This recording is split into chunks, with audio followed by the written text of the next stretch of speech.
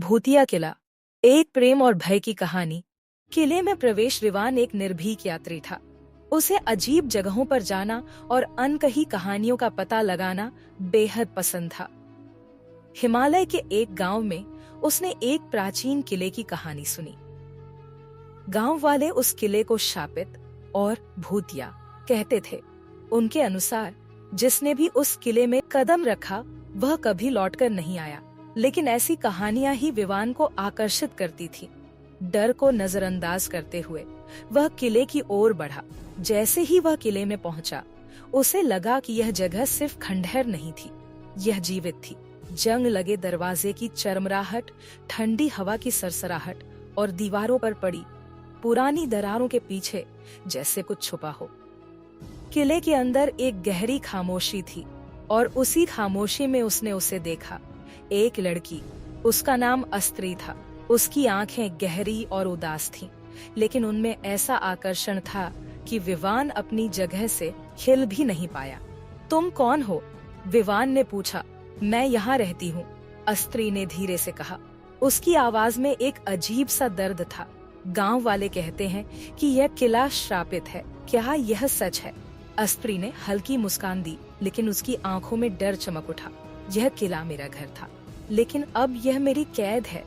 विवान को अस्त्री में एक अनोखी बात महसूस हुई। वह न सिर्फ उसकी सुंदरता से खिंचता चला गया, बल्कि उसकी उदासी में भी उसे कुछ ऐसा दिखा जो उसे समझना था। दिनों तक वह रोज किले में आता रहा। अस्त्री से उसकी बातें होती, वह दोनों एक दूसरे के करीब आने लगे। लेकिन हर बार जब विवान अस्त्री से उसके अतीत के बारे में पूछता, वह चुप हो जाती। एक रात अस्त्री ने उसे बताया, यह किला कभी मेरे और आरव का घर था। वह मेरा पति था। हम दोनों एक दूसरे से बेहद प्यार करते थे। लेकिन एक दिन सब खत्म हो गया। उसकी आंखों में आंसू आ गए। विवान ने उसे दिलासा देने की कोशिश की, लेकिन तभी एक तेज हवा चली। दरवाजे खुद ब खुद बंद हो गए।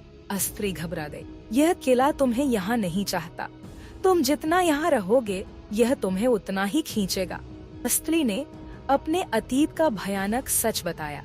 सालों पहले यह किला खुशियों से भरा था, लेकिन एक दिन आरव और उसने किले के तहखाने में एक पुरानी किताब पाई।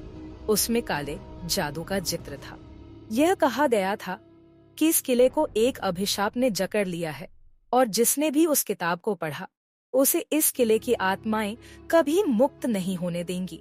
आरव ने इसे मजाक समझा और किताब को पढ़ना शुरू किया।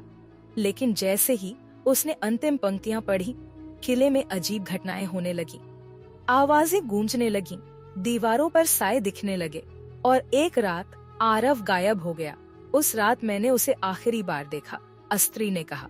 मैंने उसे हर जगह ढूंढा, लेकिन वह कहीं नहीं मिला। और तभी मुझे समझ आया कि यह किला जिंदा है, यह उसे खा गया। विवान ने उसके दर्द को महसूस किया, लेकिन उसने ठान लिया कि वह इस किले के रहस्य को हल करेगा और अस्त्री को आजाद कराएगा। एक रात विवान ने किले के गहरे हिस्सों में जाने का फैसला किया। अस्त्री ने उसे रोकने की कोशिश की। वहां मत जाओ, जो कुछ भी तुम देखोगे वह तुम्हारे साथ रहेगा, उसने चेतावनी दी। लेकिन विवान उसकी मदद करना चाहता था। वह तहखाने में पहुंचा और एक बंद दरवाजे पर पहुंचा। दरवाजा खून के धब्बों और अजीब से निशानों से ढका हुआ था।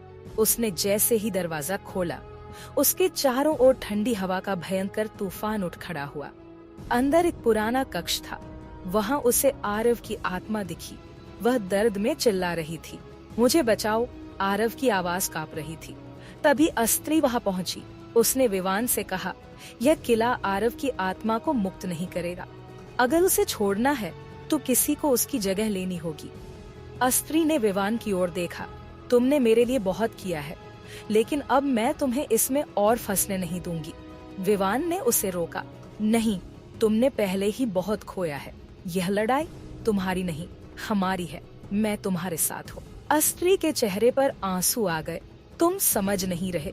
यह किला हमें कभी आजाद नहीं करेगा, लेकिन अगर मैं अपनी आत्मा का बलिदान दूं, तो यह आरव और तुम्हें जाने देगा। तुम्हें यह करने की जरूरत नहीं है, विवान चिल्लाया।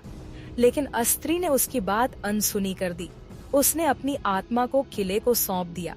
एक भयानक चीख गूंजी, किला हिलने लगा और फिर सब शांत हो गया। विवान ने अपनी आंखें खोली तो वह किले के बाहर था। किला पूरी तरह से ढह चुका था, लेकिन उसके अंदर एक गहरा खालीपन था।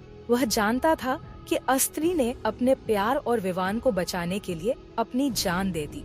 आरव की आत्मा अब आजाद थी, लेकिन विवान के दिल में अब हमेशा के लिए अस्त्री की यादें और उसकी कुर्बानी की कसक थी।